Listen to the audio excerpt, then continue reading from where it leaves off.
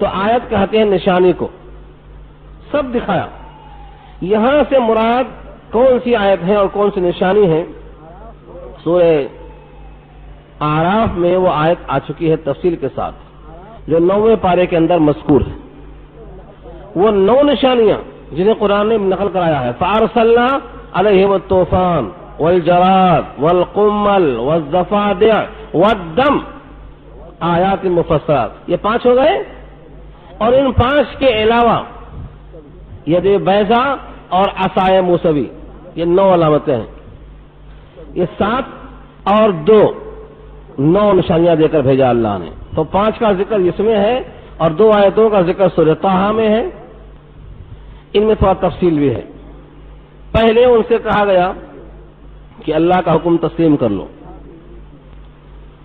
انہوں نے کہا کہ ہماری یہ مراد پوری کی جائے، ہم اللہ سے درخواست کریں گے آپ کے توسط سے یہ ہمارا حکم پورا ہو۔ چنانچہ وہ حکم کرتے رہے اور اللہ اپنے نبی کی دعا سنتے رہے اور ان کے مطابق جو جو طلب کرتے رہے، مثلا من اور سلوہ کا نزول، بارش نہیں تھی، پانی کی قلت تھی تو پتھر سے پانی اور چشمے جاری ہو گئے، دھوپ کی شکایت ہوئی تو بادل آ گئے، اور جب جب جو خواہش کرتے گئے ان کو ملتی گئی۔ تو یہ 5 نشانیاں یہاں پر ہیں اور من اور سلوہ وہاں پر ہے اور ید بیضا اور موسیٰ کے لاٹھی، یہ سب ملا کر 9 نشانیاں۔ ان 9 کو اللہ نے دے کر کے بھیجا، لیکن در حقیقت ایک ہی ٹائم میں 9 کا اظہار نہیں ہوا، بلکہ جب جب تقاضے ہوتے گئے الگ الگ۔ فَأَرْسَلْنَا عَلَيْهِمُ الطُّوفَانَ، پھر طوفان آیا، والجراد ٹڈیاں آئیں، والقمل، قمل کے معنی جواں، جو کا عذاب، والضفادع میڈک کا عذاب، والدم خون کا عذاب۔ یہ ایک ہی وقت میں نہیں آیا، مختلف الگ مراحل میں۔ ان نشانیوں کے باوجود پوری قوم کے ہر دھرمی کی وہ باز نہیں آئے۔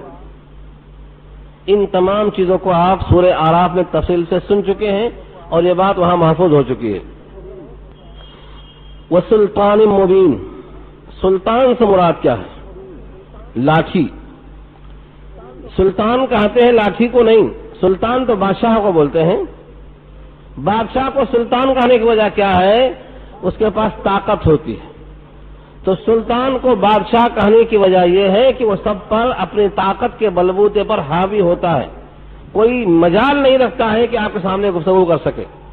تو سلطان بول کر ایسا معجزہ مراد دیا ہے جو سب پر حاوی ہے، اور وہ ہے لاٹھی۔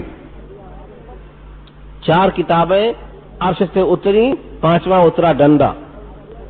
سورہ حدید میں اللہ نے کہا ہے وَأَنزَلْنَا الْحَدِيدَ فِيهِ بَأْسٌ شَدِيدٌ، لوہے میں بڑی سختی ہے۔ جو قوم بات نہیں مانتی وہ ڈنڈا مانتی ہے، اور جن کو ڈنڈے سے منوانا آتا ہے ان کی بات مانی جاتی ہے۔ آج دیکھ لیجیے سارے عالم میں جس کی لاٹھی اس کی بحث، کوئی قانون نہیں ہے۔ سارے عالم میں، سارے اقوام میں دیکھ لیجیے آپ، سب کی رائے ایک طرف ہوتی ہے، لیکن جس کی لاٹھی تگڑی ہے، مار سکتا ہے، وہ اس کی بات الگ ہی ہے، وہ بولتا ہے میں نہیں مانتا۔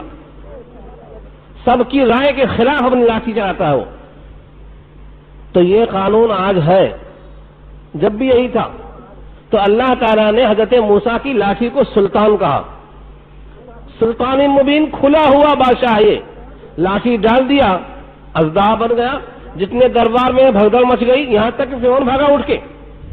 فرعون بھی اپنے مسند پر نہیں بیٹھ سکا، لاٹھی ڈالنے کے بعد بھاگنا شروع ہو گیا، اس کا چہرہ فک ہو گیا۔ جب جب وہ لاٹھی پکڑ لیتے لاٹھی بن جاتی، اور جب جب چھوڑ دیتے سانپ بن جاتی، اور ایک کو نہیں جتنے سانپ میدان میں ہے سب کو نکل جاتی۔ اور اس کی خوفناک ہیبت کو دیکھ کر تیزی، قرآن نے خود کہا ہے کانہا تسعی، گویا کہ وہ دوڑتا ہے۔ یخیر الیہ من سحرہم انہا تسعی، لگتا تھا دوڑ رہا ہے۔ یہ کانہا، جان، جان کہتے ہیں سفید قسم کے خاص جن کے سانپ کو، ایسا پلٹتا ہے تیزی کے ساتھ۔ تو یہ ہیبت تھی، اسی واسطے اس کو اللہ نے تمام معجزات سے الگ کر کے وہ سلطان مبین کہا ہے، ایک قول کے مطابق یہ روایت صحیح۔ تو حضرت موسیٰ کو اللہ نے نشانیاں دے کر بھیجی، روشن دلیلیں دے کر بھیجی، اور سلطان مبین کھلا ہوا بہترین طاقتور لاٹھی دے کر بھیجا. کہاں بھیجا؟ الی فرعون و ملئہ، فرعون کی طرف، و ملئہ اور اس کے سرداروں کی طرف. ملعون کے معنی سردار، اصل میں ملعون کے معنی محفل کے آتے ہیں. ملأ یملؤ کے معنی بھرنا. جب وہاں کی لفٹ بھر جاتی ہے تو کہتے ہیں ملیان، اب جگہ نہیں ہے مطلب فل. تو ملیان یا ملیون یا ملأ جس کے معنی بھر جانے کے آتے ہیں. یہاں پر ملعون سے مراد سردار کیوں کہا؟ کہ ان کے وجود سے تخت فرعون بھر جاتا، اس واسطے ان کو سردار کہا گیا.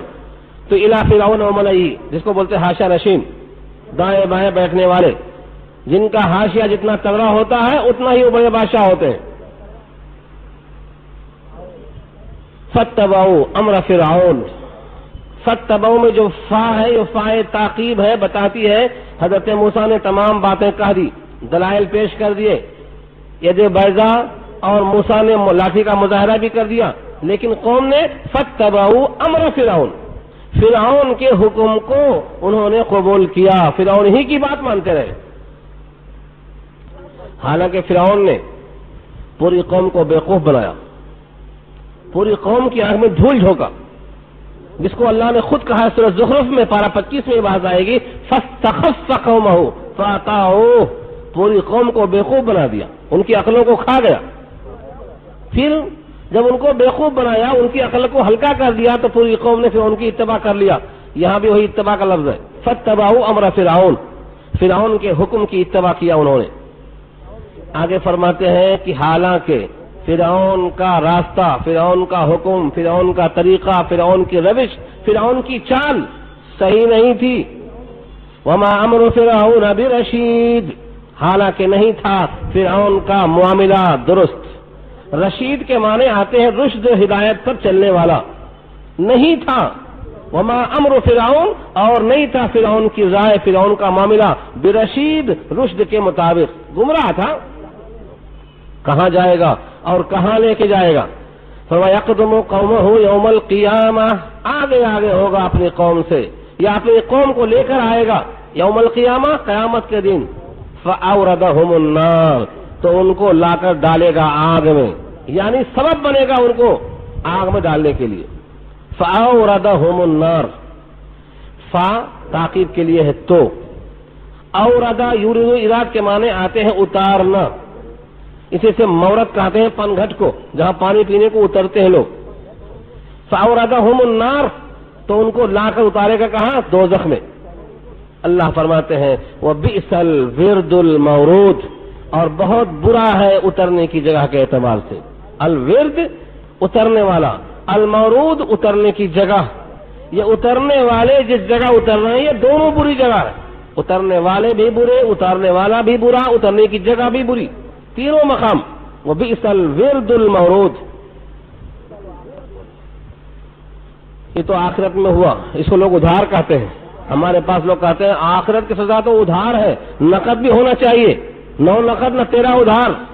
اللہ نے کہا یہ تو آخرت میں ہے، مگر دنیا میں بھی کیا کیا ہم نے؟ وَأُتْبِعُوا فِي هَٰذِهِ لَعْنَةٌ، اور پیچھے پیچھے لگا دی گئی اس دنیا میں لعنت. وَيَوْمَ الْقِيَامَةِ، اور قیامت کے دن بھی.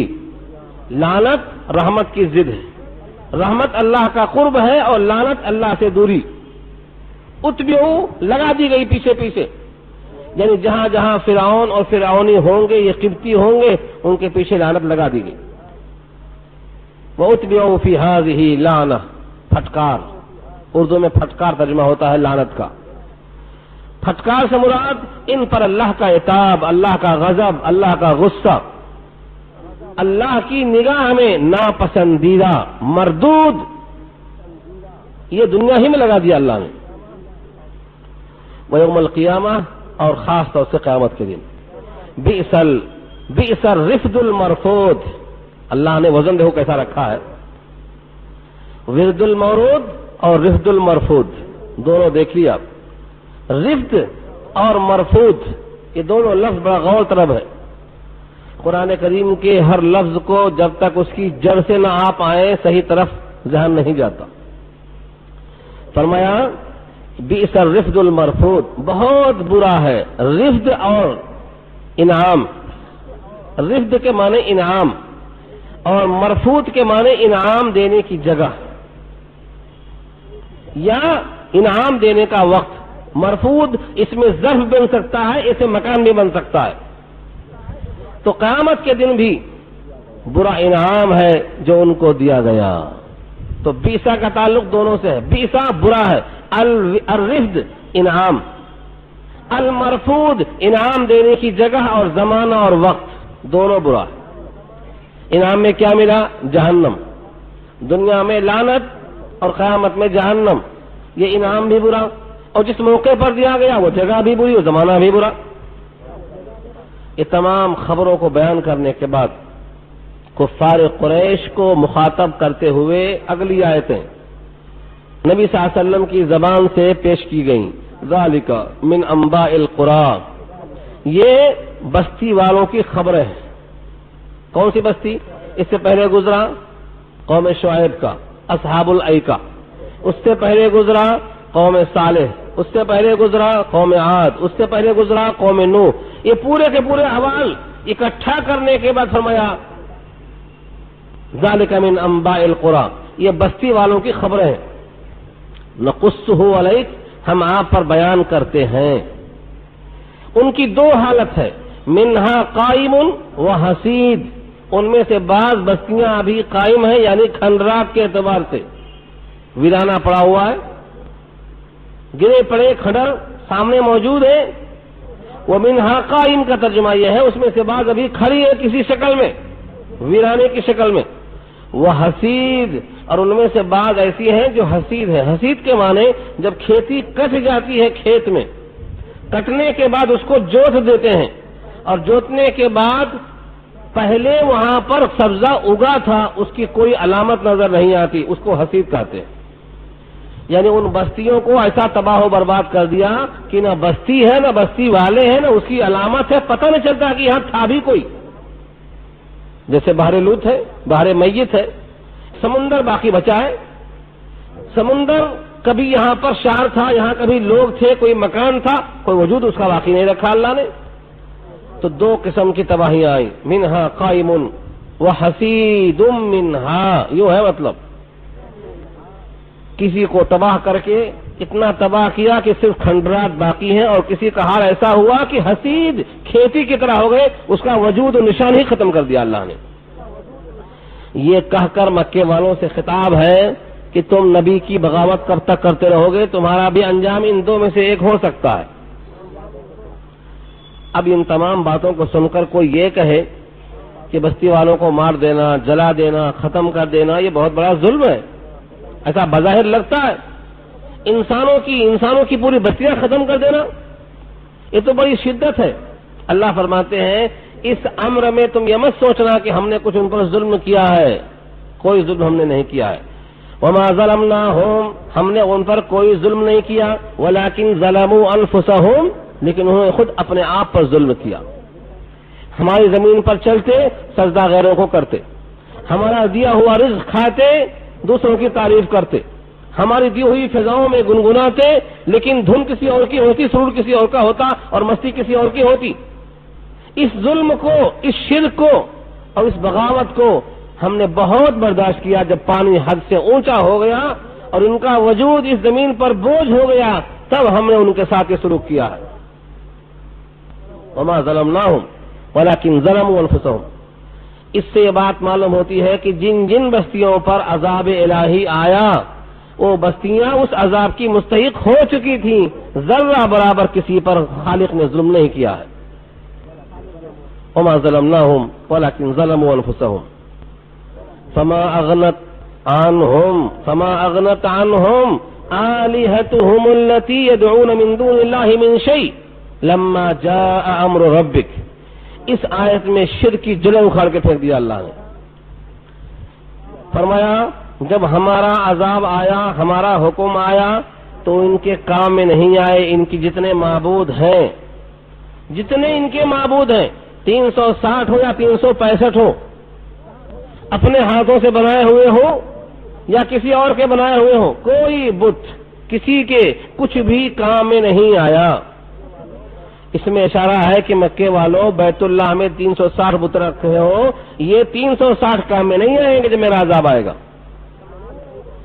اور اگر یہ آیت آج کہیں پہنچا دیں آپ، کیونکہ یہ قرآن کریم صرف مسلمانوں کے واسطے نہیں ہے، ان هو الا ذکر للعالمین، سارے جہان کے واسطے نصیحت نامہ ہے یہ، تو یہ آیت ان کو پہنچانا ہے جو امید رکھتے ہیں اللہ کے غیر سے کہ کام میں آئیں گے۔ سونامی عذاب آیا تو کوئی بت کام میں نہیں آیا، کوئی نہیں کام میں آیا۔ زلزلہ آیا تو کوئی بت کام میں نہیں آیا۔ جن جن کے سامنے انسان سجدہ ریز ہوتا ہے، ان میں سے کوئی مخلوق اور کوئی خالق کام میں نہیں آیا، کیونکہ ضعف الطالب والمطلوب دونوں کمزور ہیں۔ دیکھیے لفظوں کے ساتھ، فما اغنت، پس نہیں کام میں آیا، نہیں غنا بخشا، انہم ان کے، آلہتہم ان کے معبودان باطلا۔ آلہہ جمع ہے الہ کی، ایک معبود تو الہ اور آلہہ اس کی جمع، ان کے وہ معبودان التی جن جن کو یدعون من دون اللہ، یہ پکارا کرتے تھے اللہ کے سوا، من شیئن کچھ بھی، ذرا ہوا روک لیا ہوتا، ذرا پتھر روک لیا ہوتا، عذاب کو ذرا مؤخر کر لیا ہوتا، من شیئن کچھ بھی کام میں نہیں آئے۔ لما جاء امر ربک، جب آیا تیرے رب کا حکم، جب اللہ کا حکم آیا تو یہ کام میں نہیں آئے۔ وما زادوہم غیر تتبیب، اور نہیں زیادہ کیا ان کو ان بتوں نے، غیر تتبیب سوائے ہلاکت کے، سوائے نقصان کے، یعنی ان بتوں نے عذاب کو روکنے کے بجائے اپنے وجود سے مزید نقصان پہنچایا۔ یعنی پہلے سزا ان کو ملتی تھی کس بات کی؟ توحید کے قبول نہ کرنے کی، اسلام سے بغاوت کی، خداوند قدوس کے احکامات کے نہ ماننے کی۔ اب ایک سزا کا اضافہ ہوا، وہ ہے ان بتوں کی بت پرستی، پرستش، ایک جرم میں اضافہ ہوا، ان کے پرستش کرنے کا جرم اور لاگو ہوا۔ تو معلوم کیا ہوا؟ سوائے نقصان کے اور خسارے کے ان سے اور کیا فائدہ ہو سکتا ہے؟ وما زادوہم غیر تتبیب، تتبیب ہلاکت، تبت یدا پڑھا آپ نے، وہی تبا یہاں تتبیب بنا ہے، یعنی جو ہلاکت ہو سکتی تھی ان بتوں کے پرستش کرنے والوں کو، ان بتوں سے اس میں اضافہ ہی ہوا، ایک جرم اور لگا، ایک فرد جرم اور۔ پہلے 9 مقدمے تھے، اب 10 مقدمے سر پہ سوار۔ پہلے صرف توحید کے انکار پر مقدمہ تھا، قرآن کریم کی آیتوں کے نہ ماننے کا مقدمہ تھا، پیغمبر کی باتوں کا انکار کا مقدمہ تھا، اب ان بتوں کی پرستش کا مقدمہ بھی سر پہ لاگو ہے۔ اس لیے عذاب میں صرف اضافہ ہو سکتا ہے، ان سے فائدہ کیا ہو سکتا ہے؟ وَكَذَلِكَ أَخْذُ رَبِّكَ إِذَا أَخَذَ الْقُرَىٰ وَهِيَ ظَالِمَةٌ إِنَّ أَخْذَهُ عَلِيمٌ شَدِيدٌ۔ اس آیت میں فرمایا ایسے ہی آپ کے رب کی پکڑ ہے، جیسے پیچھے دیکھ چکے ہیں آپ، قوم شعیب کو اللہ نے اصحاب الذلہ، سائبان کا عذاب دیا، بلکہ تینوں عذاب وہاں جمع ہے، دلدوز آواز بھی آئی، اوپر کی چھاؤں بھی آئی، اور پتھروں کی بارش بھی ہوئی۔ جس طرح سے ان تمام قوموں کو اللہ نے پکڑا، جب بھی کبھی اللہ کی پکڑ کسی بستی کو آئے گی تو ایسی ہی آئے گی کہ کوئی کچھ کر سکنے کے موقع میں نہیں ہوگا۔ وَكَذَلِكَ أَخْذُ، اور ایسے ہی ہے پکڑ آپ کے رب کی، اذا اخذ القرى، جب پکڑتا ہے وہ بستی والوں کو، وہی ظالمہ، حالانکہ وہ بستی ظالم ہے۔ یہ بستی ظالم ہے کا مطلب بستی والے ظالم ہیں، بستی ظالم نہیں ہوتی۔ قرآن کی اس طرح میں جب کہا جاتا ہے بستی ظالم ہے تو مراد بستی والے ظالم ہے، قریۃ الظالمی اہلھا مراد ہے۔ ان اخذہ، بے شک اللہ کی پکڑ، علیم شدید، بڑی المناک پکڑ ہے، دردناک، کربناک، بڑی سخت پکڑ ہے اللہ کی طرف سے۔ قرآن کریم نے سزاؤں کے بیان کرنے میں فرعون کا نام لیا تو کہا یہ فرعون میخوں والا ہے، لٹا کر ہاتھ پیر میں کیل ٹھونک دیتا، اوپر سے سانپ بچھو ڈال دیتا، اس کے خوف سے لوگ اس کے قریب ہو گئے۔ اللہ فرماتے ہیں کہ جب اللہ کی پکڑ کا وقت آئے گا تو اس جیسی پکڑ کوئی نہیں پکڑ سکتا، تصور سے باہر ہے۔ جس طرح اس کی نعمتیں تم سوچ نہیں سکتے ہو، کان سے سن نہیں سکتے ہو، ایسے اس کی پکڑ کو تم سوچ نہیں سکتے ہو۔ سورہ فجر پارہ 30 میں اللہ نے اس کو واضح کیا ہے۔ جب پکڑنا شروع کرتے ہیں، کون ہے جو اللہ کی پکڑ کی طرح پکڑ سکتا ہے؟ وَلَا يُوثِقُ وَثَاقَهُ أَحَدٌ، اس لفظ کو دیکھ لینا، وَلَا يُوثِقُ وَثَاقَهُ أَحَدٌ، کوئی بھی اللہ کی پکڑ کی طرح کسی کو نہیں پکڑ سکتا ہے۔ سورہ فجر پارہ 30 کی آیت موجود ہے۔ اللہ کی پکڑ بڑی دردناک ہوتی ہے، المناک ہوتی ہے۔ ان فی ذلک لآیۃ لمن خاف عذاب الآخرہ، یہاں سے رخ موڑ دیا گیا ہے، پکڑ سے آہستہ آہستہ ذہن بتدریج کہاں جا رہا ہے؟ آخرت کی طرف۔ قرآن کریم کے تمام سبقوں میں سب سے اہم سبق فکر آخرت ہے، توحید، رسالت اور آخرت۔ توحید یہ انبیاء کرام کا ذریعہ تبلیغ ہے، اور رسالت ان کا منصب ہے، اور جو بات دماغ میں ڈالی جاتی ہے، جو فکر پیدا کی جاتی ہے، وہ فکر آخرت ہے۔ دیکھو یہاں بھی رخ دھیرے دھیرے موڑ دیا۔ ان فی ذلک لآیہ، بے شک ان تمام اوپر کے واقعات میں نشانیاں ہیں، لیکن کس کے لیے؟ لمن خاف عذاب الآخرہ، جو خوف کھاتا ہو آخرت کے عذاب سے۔ آخرت کو مانتا ہی نہیں ہے تو اس کے واسطے کیا دروازہ ہے؟ وہ بتا وہ مر گئے، ان پر آفت آئی، وہاں زلزلہ آیا، وہاں فلاں ہوا، ہم کو کچھ نہیں ہوا سمجھتا۔ زلزلہ اس شہر میں، وہ لوگ مرے، وہاں سیلاب آیا، وہ لوگ مرے، وہاں طاعون آیا، وہ لوگ مرے۔ اس کو اپنی طرف توجہ جاتی نہیں کہ وہ ہم پر بھی آ سکتا ہے۔ لیکن جو آخرت کا عذاب مانتا ہے، فکر آخرت میں ڈوبا ہوا ہے، اس کو نشانی ہے اس کے اندر۔ وہ عذاب آخرت کب ہوگا؟ کس دن ہوگا؟ وہ دن کیسا ہوگا؟ فرمایا وَذَلِكَ يَوْمٌ مَجْمُوعٌ، وَذَلِكَ يَوْمٌ مَجْمُوعٌ، وہ ایک ایسا دن ہے جو مجموع ہے۔ مجموع کے معنی جمع کیا جانے والا۔ مجمع تو آپ کو معلوم اردو میں بولتے ہیں، بہت مجمع، بہت مجمع، ازدحام کو مجمع کہتے ہیں، اس سے بنا ہے مجموع۔ تمام آدمی اس دن جمع کیے جائیں گے، کوئی ایک غیر حاضر نہیں ہو سکتا۔ آج تو آپ کی مرضی ہے، آپ آئیں یا نہ آئیں، لیکن اس دن ہماری مرضی نہیں چلنے والی ہے، نہیں جائیں گے آج، اللہ نے بلایا ہے نہیں جائیں گے آج۔ آج تو اذان ہوتی ہے نہیں جاتے، ابھی نیند نہیں پوری ہوئی ہے، کروٹ لے کے پھر وہیں رہ جاتے۔ حالانکہ فرشتہ یا انسان اللہ کے حکم سے ہی پکارتا ہے، آ جاؤ، اللہ نے بلایا ہے، آؤ ذرا ملاقات کر لو، سجدے میں برائی کا اظہار کر لو، اللہ سے ملاقات کر لو، تس سے مس نہیں ہوتا۔ لیکن یہ دن آج کے دن کی طرح نہیں ہے کہ ہم کو اختیار ہے صاحب جائیں چاہے نہ جائیں۔ درس قرآن کا وہی ہوتا ہے، ہر جگہ ہوتا ہے، جانے کی ضرورت ہے، سنڈے بنائیں گے، تفریح کریں گے۔ یہ دن مجموع الناس، الناس میں الف لام استغراق کا ہے۔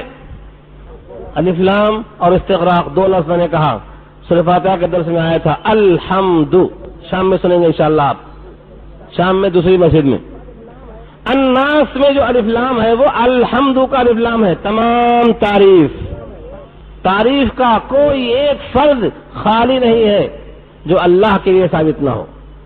ایسے یہاں الناس میں الف لام ہے، ناس مانے انسان، انسانوں کا کوئی فرد نہیں ہے جو اس دن جمع نہ ہو، سب کو جمع ہونا ہے۔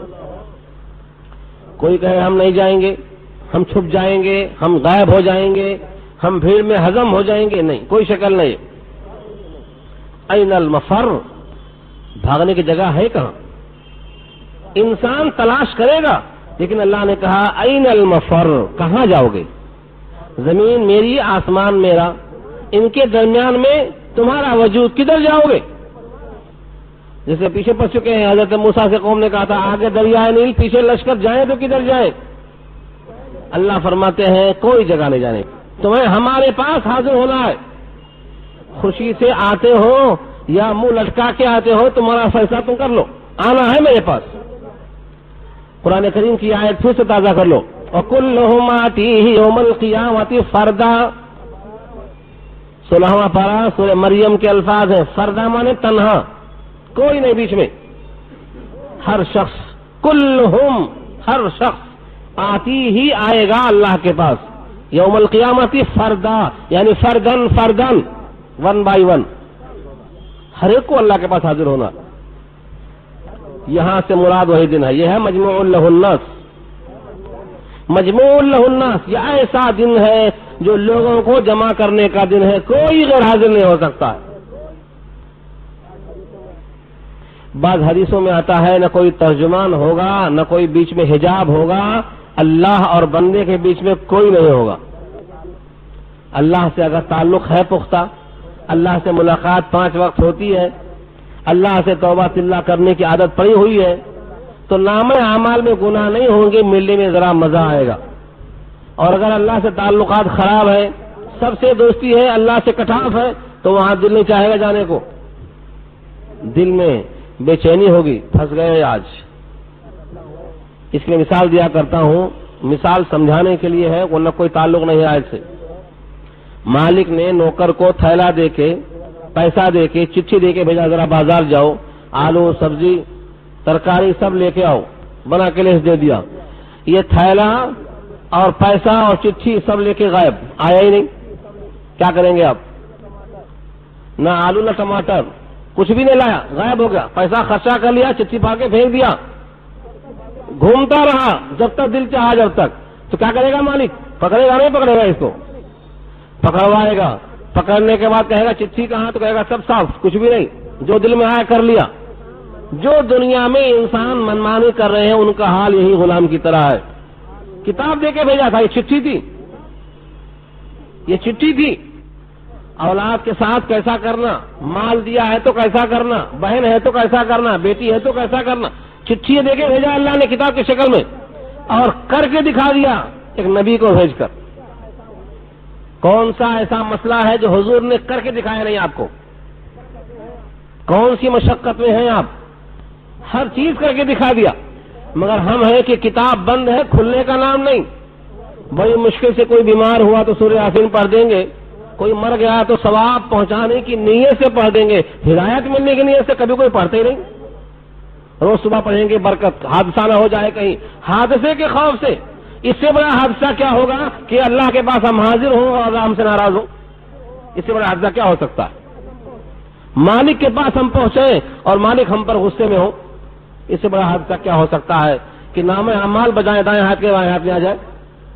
تو یہ یوم مجموع لہ الناس ہے. سب کو اس دن جمع ہونا ہے, چھوٹے کو اور بڑے کو. ولا تحین مناس, کوئی جگہ بھاگنے کی نہیں ہے. ینبأ الانسان, اس دن بتا دیا جائے گا انسان کو کیا آگے بھیجا کیا پیچھے چھوڑا سب. اور آگے فرمایا اس دن کا ایک نام اور بھی ہے, وذالک یوم مشہود, اور وہ دن ہے حاضری کا. مشہود مفعول کے وزن پر ہے, شہادت حاضری. مجموع لہ الناس لوگوں کے لیے جمع ہونے کا دن ہے اور لوگوں کے لیے حاضری کا دن ہے. نام پکارا جائے گا, فلاں ابن فلاں حاضر ہو. حاضر ہونا, کوئی شخص کا نام نہ پکارا جائے. ایک سوال آیا تھا, ماں کے نام سے پکاریں گے کہ ابا کے نام سے پکاریں گے؟ عجیب سوال ہے لوگوں کا. قرآن میں تو اللہ نے یہی کہا ہے کہ ابا کے نام سے پکارو, یہی انصاف ہے. سورہ احزاب پارہ 21 میں کہا ادعوہم لآبائہم, ابا کے ساتھ پکارو. اور ہم کو شبہ ہوتا ہے کہ اماں کے ساتھ پکاریں کہ ابا کے ساتھ. بیٹا تو باپ ہی کا ہے, بیٹا ہو یا بیٹی باپ کا ہے. وہ باپ کے نام سے پکارنے کا حکم دیا اللہ نے, ادعوہم لآبائہم هو اقسط عند اللہ. یہ زیادہ انصاف کی بات ہے اللہ کی نظر میں. تو ابا کے ساتھ پکارا جائے گا, اماں کے ساتھ نہیں. سب کو پکارا جائے گا, سب حاضری دیں گے وہاں پر. دنیا میں کوئی انسان کتنا ہی مضبوط ہو, وہ چاہے کہ ہم آج ابسنٹ ہو جائیں تو ہم سے نہیں ہو سکتا. جلا دیا گیا تھا تو بھی, دریا برج میں تھا, مچھلیاں کھا گئیں, اس کی راہ کو پیس کے ہواؤں میں اڑا دیا, گنگا جل میں ملا دیا, کائنات میں کہیں بھی بکھیر دیا, پرندوں درندوں چرندوں نے کھا لیا, چوپایوں نے نگل لیا. ہر جگہ سے اللہ اس کو حاضر کریں گے. یوم مشہود ہے, یہ مشاہدے کا دن ہے. آج سب کی حاضری لازمی, آج کسی کو استثنا نہیں ہے. بہت لوگ چاہیں گے ہم چھپ جائیں گے پہاڑ کے نیچے, پیڑ کے نیچے, یا غار میں چھپ جائیں گے. اللہ فرماتے ہیں یہ زمین کو ہم بدل دیں گے, یہ زمین نہیں رہے گی. اس میں پہاڑ ہے نا, اس میں پہاڑ نہیں رہے گا. اس میں غار ہے, وہاں نہیں رہے گا. نشیب و فراز ختم، کوئی اونچائی نچائی نہیں، زمین پوری مسطح کر دی جائے گی۔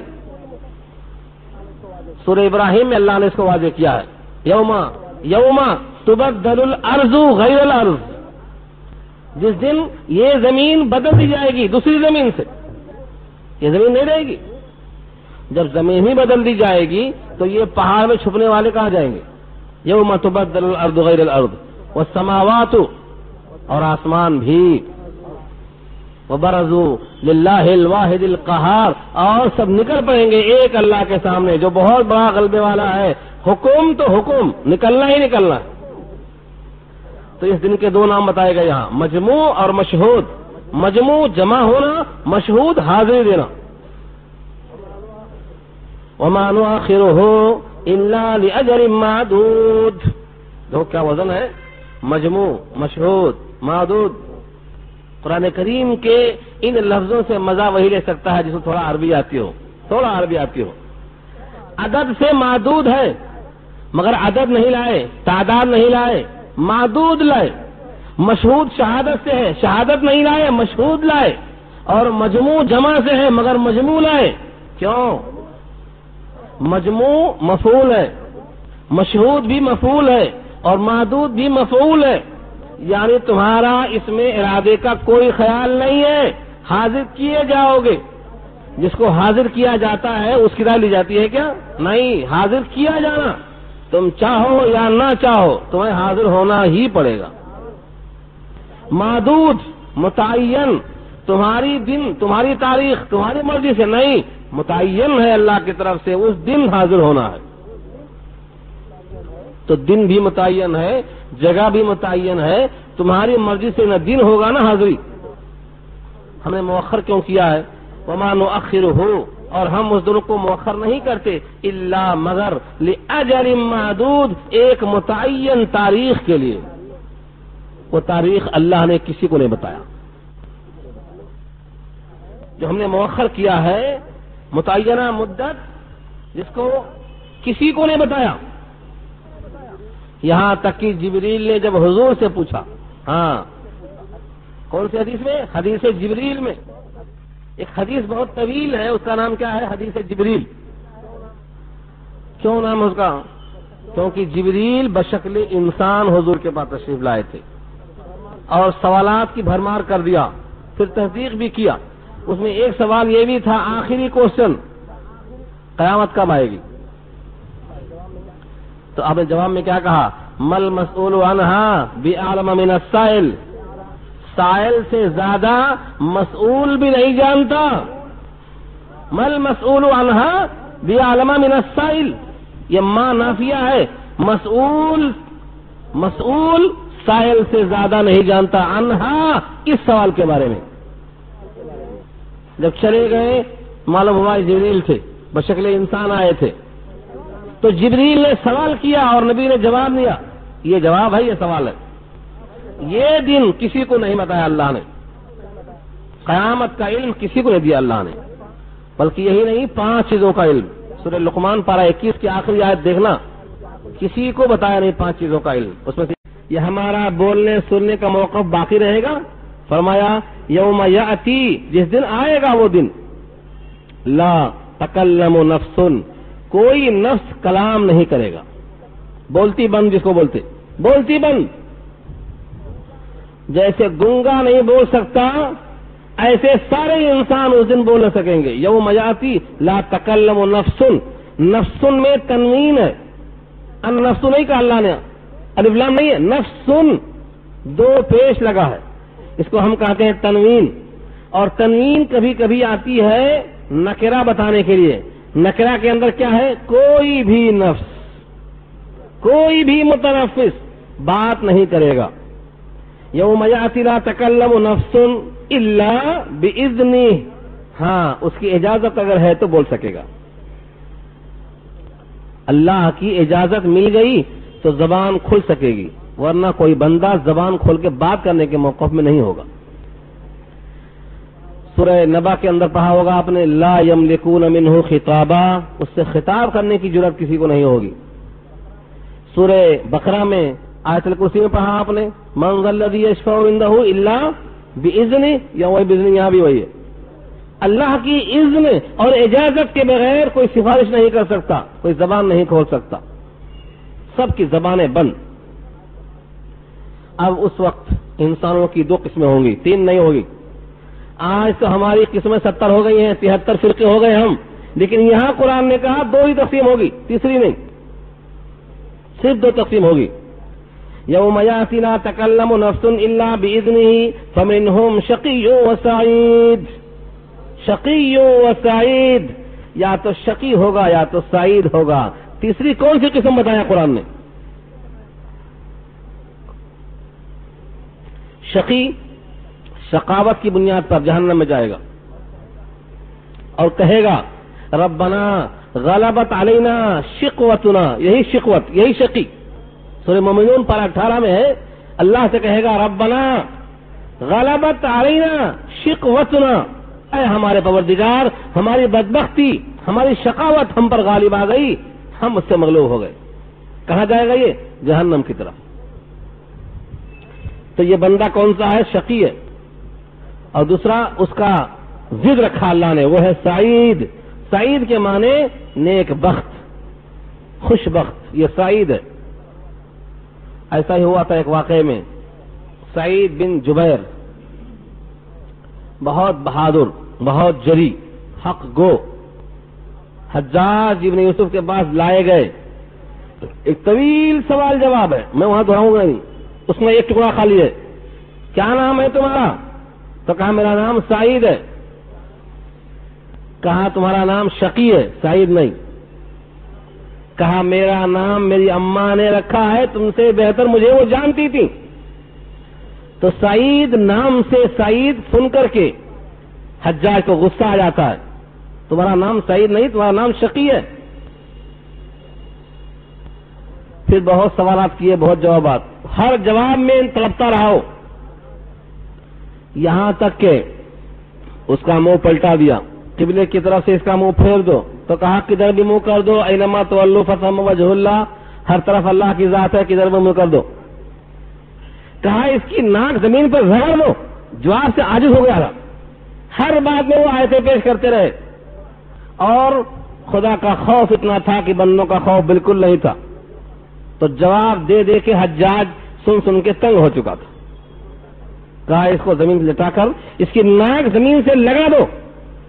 جب ناک زمین کو لگی تو کہا منہا خلقناکم وفیہا نعیدکم ومنہا نخرجکم تارۃ اخری، اسی مٹی سے تو ہم لوگ کو نکالے ہیں، دوبارہ داخل کریں گے، دوبارہ پھر نکالیں گے. یہ مٹی سے کہاں بھاگ کر جاؤ گے؟ یہ مٹی تو ہر ایک کا مقدر ہے، بلکہ ہر ایک کے وجود کا ذریعہ ہے. اس کے بعد جب قتل کر دیا گیا، شہید کر دیا گیا، تو اتنا خون گیا کہ اسی سے حجاج بیمار پڑ گیا اور مر گیا خون کو دیکھ کر. کیونکہ جو بہادر ہوتا ہے نڈر، اس کا خون خوش نہیں ہوتا، چلتا رہتا. تو یہ جنی بات تھی، یہاں لانے کی ضرورت نہیں تھی، صرف دکھانے کو لایا میں. سعید کے معنی خوش بخت، یہاں لفظ سعید ہے، اور سعید بن جبیر کا یہ حال تھا. تو شقی اور سعید یہ دو ہی قسم ہے. قرآن نے کئی مقام پر تقسیم دو ہی کی ہے. مثلا سورہ کہف میں آپ پڑھتے آئے ہیں فمن شاء فلیؤمن ومن شاء فلیکفر، چاہے تو مومن ہو جاؤ، چاہے تو کافر ہو جاؤ، تیسرا کوئی راستہ نہیں. اور سورہ تغابن میں کہا، تغابن نے کیا کہا؟ خلقکم فمنکم کافر ومنکم مومن، تم کو ہم نے پیدا کیا، تم میں سے بعض کافر ہو گئے، بعض مومن ہو گئے. یہاں بھی دو ہی تقسیم ہے، لیکن مسلمانوں کی آج تقسیم 73 فرقوں میں پہنچ گئی ہے. یہ ہماری شدت کی وجہ سے. ہم کفر کے خلاف آج تک متحد نہیں ہو سکے، لیکن ایمان والوں کے خلاف طاقت کا مظاہرہ کرتے ہیں. یہ ہماری کمزوری ہے. ہر نبی نے کیا پیغام دیا؟ اعبدوا اللہ ما لکم من الہ غیرہ. پہلے یہ تو پیش کر دو سارے جہان کے لوگوں پر، آپس میں لڑنے سے کوئی فائدہ نہیں ہے. کلمہ پڑھ لینے والے پر ہمیشہ جہنم میں وہ ہرگز نہیں رہے گا، چاہے وہ کتنا ہی گناہگار ہو. یہ امت کا عقیدہ ہے. کلمہ پڑھنے کی بنیاد پر کبھی نہ کبھی ضرور جنت میں جائے گا. لیکن جس کو کلمہ ہی نہیں پہنچا ہے وہ ہمیشہ جہنم میں رہے گا. تو کون سا کام کرنا چاہیے آپ کو؟ بجائے لڑنے کے جن تک کلمہ بھی نہیں پہنچا ہے وہاں کوئی نبی تھوڑی آئے گا. اگر آپ نہیں جائیں گے تو قادیانی کے لوگ پہنچ جائیں گے. کون بہتر ہے پہنچنا؟ ہم تو گھروں سے نکلیں گے نہیں, اور جب قادیانی پہنچے گا تو ہم روئیں گے, اس کو مار دو یہ کافر ہے. ارے کافر پہنچ گیا اپنے کفر کے ساتھ, لیکن تم نہیں پہنچے ایمان کے ساتھ. کیا نبی کی سنت یہی ہے؟ ختم نبوت کا تقاضا یہی کہ ہم گھر بیٹھے رہے؟ اپنے گھروں میں بیٹھنا جرم ہے. اس وقت گھر میں بیٹھنے کے واسطے نہیں پیدا کیا اللہ نے, یہ تو کام کی جگہ ہے, یوم العمل ہے, دار الجزا نہیں ہے کہ ہم آرام کرتے بیٹھے ہوئے ہیں. جزا جہاں ملے گی جنت, وہاں آرام کر لینا انشاءاللہ. یہاں اگر آرام کریں گے تو عمل کب کریں گے؟ اس لیے خاموش نہیں بیٹھنا ہے. حرکت میں برکت کہا ہے, چلتے پھرتے محنت کرنا ہے. جہاں جاؤ ایک پیغام دے دو, لا الہ الا اللہ کہہ لو, کامیاب ہو جاؤ گے. ایک ہی پیغام دو, اور جہاں تک ہو سکے جھگڑے سے گریز کرو. ہر شخص جواب دینا فرض نہیں ہے. ہم سے پوچھا آپ کون بھائی, کیوں پوچھا آپ سے؟ آپ کو اختیار ہے جواب دینے کا.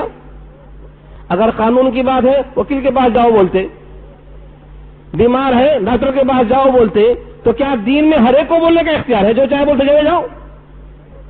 آپ وہاں بھی ریفر کیجئے, عالم کے پاس جائیے, جو چاہیں گے بولے, جھگڑا ہوگا.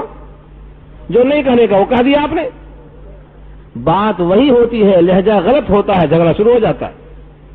اس لیے حکم یہ ہے, بیمار ہے تو ڈاکٹر کے پاس جاؤ, مقدمہ لڑنا ہے تو وکیل کے پاس رکھو, پیسہ نہیں ہے تو بھی رکھو, وکیل کو رکھو بحث کرنے کے لیے. ایسے ہی دین کی بات آئے تو بحث نہیں کرنا, عالم کے پاس لے کے آنا, عالم سمجھائے گا صحیح طریقے سے. تو بہرحال دو ہی چیز ہے, شقی اور سعید. اور شقی کا انجام جہنم ہے اور سعید کا انجام جنت ہے, یہ اللہ نے کہا اس آیت میں. دیکھیے آیت, فَأَمَّا الَّذِينَ شَقُوا فَفِي النَّارِ, بس بہرحال جو لوگ شقی ہو گئے, فَفِي النَّارِ, وہ دوزخ میں ہیں. اور آپ سے یہ بھی عرض کر دوں, ہم کو آپ کو پتا نہیں کہ ہمارے لیے کیا لکھا گیا ہے, مگر یاد رکھ لو لکھا جا چکا ہے. جب بچہ اپنی ماں کے پیٹ میں ہوتا ہے نطفہ کی شکل میں, اور 40 دن گزرنے کے بعد علقہ, پھر 40 دن کے بعد مضغہ, جب 4 مہینے کی مدت ہوتی ہے تو فرشتہ رحم پر آ کر بیٹھ کر پوچھتا ہے, اے رب اس کو آگے بڑھانا ہے کہ ساخط کرنا ہے؟ یا ربی نطفتن, یا ربی علقتن, یعنی اب یہ پوزیشن ہے, کیا کروں؟ حکم حکم حکم. اللہ فرماتے ہیں 4 چیزیں لکھ دے, 4 چیزیں لکھ دے. اس کا عمل, اس کی اجل, عمل جو آپ کرنے والے ہیں, اور اجل جب تک آپ جینے والے ہیں. تو 2 تو ہو گئی.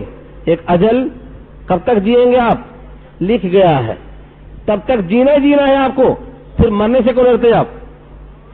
ہماری موت ہماری مرضی سے نہیں آئے گی, لکھا جا چکا ہے. اگر یہ عقیدہ ہے تو مومن موت سے کیوں ڈرے گا؟ اور عمل, کتنا عمل کرے گا, اور رزق کتنا کھائے گا. کھانے پر لوگ بہت فکر کرتے, بچے کو یہ پڑھاؤ نہیں تو کیا کھائے گا, وہ کراؤ نہیں تو کیا کھائے گا, میراث مار کے ہضم کر جاؤ نہیں تو کیا کھائے گا. اتنی فکر کھانے کی, وہ لکھا جا چکا ہے. ایک لقمہ اس میں سے نہ گھٹے گا نہ بڑھے گا. آقا نے فرمایا, الا آگاہ رہو, الا وان نفسا لن تموت حتی تستکمل رزقها, آگاہ رہو کسی نفس کو موت نہیں آئے گی جب تک وہ لکھے ہوئے کے مطابق کھا نہ لے. ایک لقمہ باقی ہے, بخدا موت نہیں آئے گی. بعض اکابر نے تو کہا ہے آپ محنت نہ کریں گے تب بھی اللہ کھلائے گا, محنت سے منع نہیں کیا ہے, لیکن لکھے ہوئے کے مطابق آپ کھا کے رہیں گے. اور چوتھی چیز جو لکھی ہے کہ لکھ دو یہ شقی ہے کہ سعید ہے. ہاں, لکھا جا چکا ہے فی بطن امی ہی, ماں کے پیٹ میں ہی, کہ یہ شقی ہے کہ سعید ہے. سورہ واللیل کی تفسیر میں امام بخاری وہ حدیث لا کر نقل کرتے ہیں, تو صحابی نے پوچھا کہ اللہ کے رسول جب لکھا جا چکا ہے تو ہم پھر کیا محنت کریں, لوگوں کو بول دیں آرام کرو نا, بھروسہ کریں لکھے ہوئے پر. افلا نتقل، کیا بھروسہ نہ کر لیں؟ آقا نے فرمایا دیکھو جو لکھا ہوا ہے اسی کے مطابق عمل کی توفیق ہوگی، لہذا عمل مت روکو، اعملوا، عمل کرتے رہو، کل میسر لما خلق لہ، جس کے لیے پیدا کیا گیا ہے اسی کے عمل کی توفیق ہوگی، جہنم کے لیے پیدا کیا گیا ہے تو جہنم والے کام کرنے کی توفیق ہوگی، اور اگر جنتی لکھا ہے تو جنت والے کاموں کی توفیق ہوگی، کیونکہ جنت ملے گی تمہارے عمل کے سبب۔ جنت کس طرح ملے گی؟ اللہ نے فرمایا ہے وَتِلْكَ الْجَنَّةُ الَّتِي أُورِثْتُمُوهَا بِمَا كُنْتُمْ تَعْمَلُونَ، سورہ زخرف میں کہا ہے تم نے جو عمل کیا ہے اس کے سبب ملے گی، عوض نہیں بول سکتا میں، عوض نہیں، جنت ملے گی اللہ کے رحم سے، لیکن عمل سبب بنے گا، اور سبب اللہ کی توفیق سے ہوگا، اور یہ توفیق اس لکھے ہوئے کے مطابق ہوگی۔ ہم نہیں جانتے کیا لکھا ہے، لیکن امید اچھی رکھتے ہیں، امید اچھی رکھتے ہیں، کیونکہ حکم یہی ہے، اس لیے اچھے کام کرنا چاہیے۔ تو دو ہی شکل ہے، یا تو شقی ہوں گے یا تو سعید ہوں گے۔ فَأَمَّا الَّذِينَ شَقُوا فَفِي النَّارِ، پس بہرحال جو لوگ بدبخت ہوئے پس وہ آگ میں ہیں، لہم فیہا، ان کے لیے اس آگ میں کیا ہے؟ زفیر و شہیق۔ زفیر کے معنی آتے ہیں چلانا، چیخنا، تو زفیر کے معنی سیٹی کیا آتے ہیں؟ سیٹی، تکلیف میں آدمی جب پکارتا ہے اس کو زفیر کہتے ہیں، اور جب چلاتا اور چیختا ہے تو اس کو شہیق کہتے ہیں۔ شہیق دو لفظ ہے، زفیر و شہیق، زفیر سیٹی اور شہیق دہاڑنا، یہ دو چیزوں سے ذکر اللہ، چیخ و پکار بس پڑی رہے گی جہنم میں، اور کچھ نہیں، پکارتا رہے گا۔ آخر کب تک؟ دنیا میں تو ہم 100 سال میں تھک گئے، کس کی عمر 100 سال کی ہے؟ ماشاءاللہ اتنے لوگ بیٹھے ہیں، کوئی ہے 100 سال کا؟ 100 سال کے لیے بھی کتنے پاپڑ بیلنا پڑتا، اور یہ جہنم میں جہاں سیٹی ہوگی اور دہاڑنا ہوگا کب تک رہے گا؟ کتنے سال رہے گا؟ اللہ نے کہا ہے خالدین فیہا، ہمیشہ اسی میں، خالدین فیہا، ہمیشہ رہیں گے اسی میں۔ آخر ہمیشہ سے مراد کیا؟ تو فرمایا ما دامت السماوات والارض، ما دامت السماوات والارض، جب تک رہیں گے آسمان اور زمین تب تک جہنم میں رہے گا۔ یہ قرآن کریم کی ان جگہوں میں سے جو مشکل ہے سمجھنے کے اعتبار سے یہ بھی ایک جگہ ہے۔ ایک کتاب آئی ہے مشکلات القرآن، یعنی وہ جگہ ہے جہاں قرآن کریم میں سمجھنا مشکل ہے، ایک جگہ اس میں سے یہ بھی ہے۔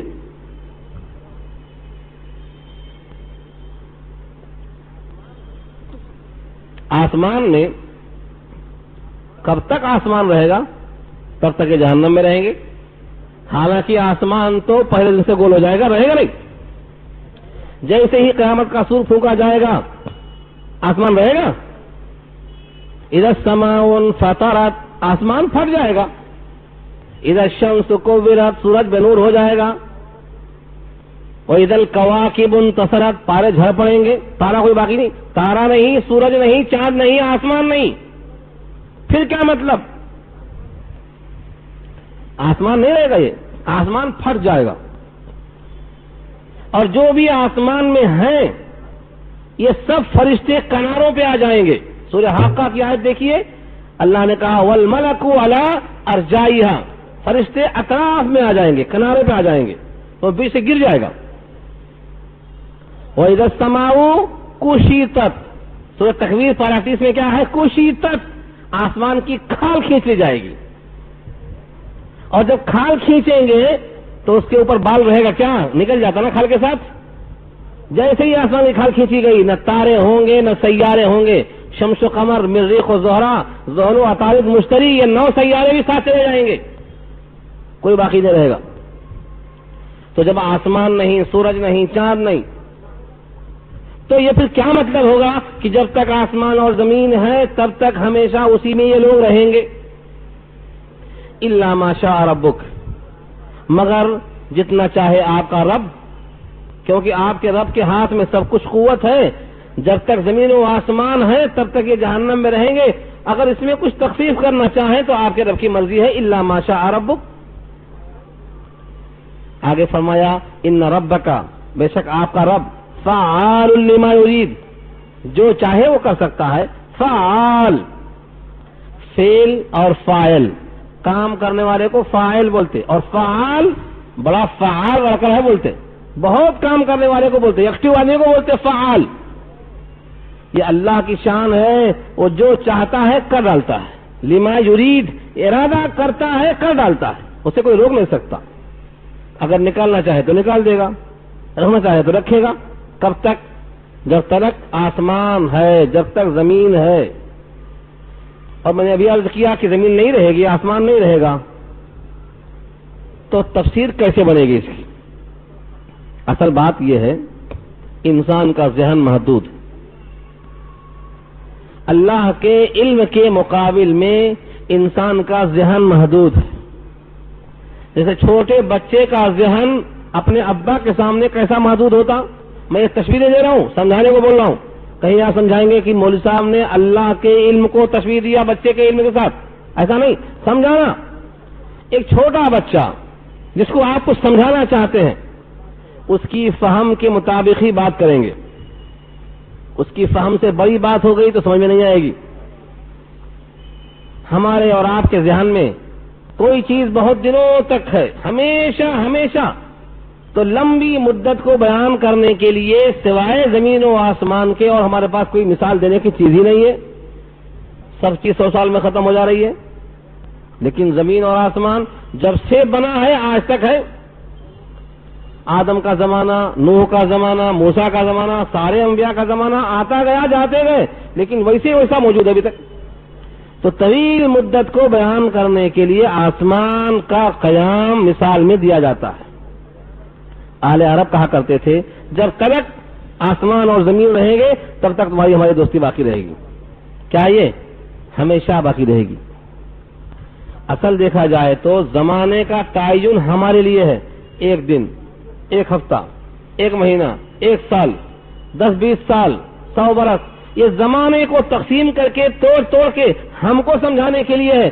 اللہ کے پاس زمانے کو توڑنے کے لیے، برق کرنے کے واسطے کوئی چیز نہیں ہے۔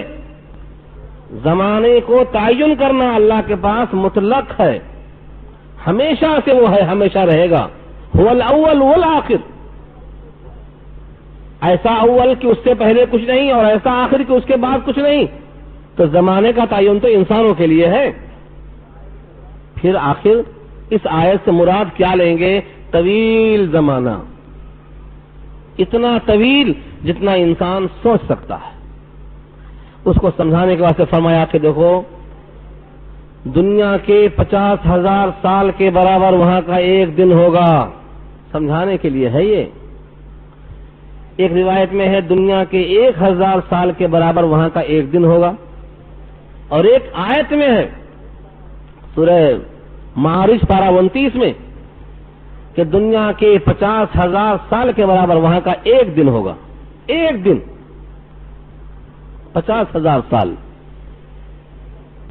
اب مجھے بتائیے اگر اللہ نے ایک دن جہنم میں ڈالنے کا فیصلہ کر لیا، صرف ایک دن، تو کتنا دن رہنا پڑے گا؟ 50,000 سال۔ 50,000 سال، یہاں کی زندگی کتنا ہے؟ 100 برس۔ اس حساب سے سوچو کیا صبر آئے گا؟